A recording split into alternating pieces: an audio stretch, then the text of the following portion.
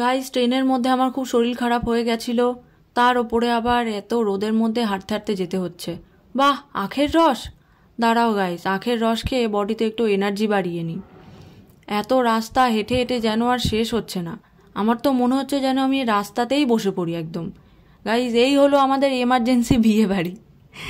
বিয়ে বাড়িতে দেখছি সবাই চলে এসেছে, শুধুমাত্র আমরাই বাকি ছিলাম, তাই আমরাও লাস্টে লাফাতে লাফাতে চলে আসলাম।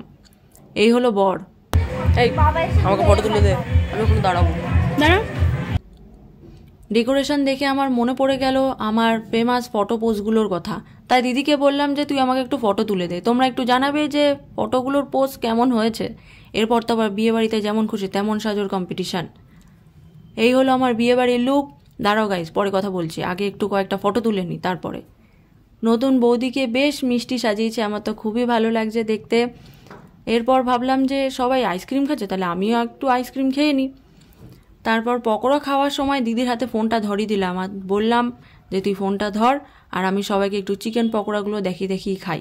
এরপর তো আমাদেরকে আবার ডিনার করে এখান থেকে বেরিয়ে যেতে হবে, তাই পকোড়া খেয়ে তাড়াতাড়ি করে আমরা ডিনার করতে গেলাম সবাই মিলে। আমাদের বিয়েবাড়ি ঘোরা কমপ্লিট। এবার আমরা টোটো করে স্টেশনের দিকে যাচ্ছি, এরপর ট্রেন ধরে সোজা বাড়ি।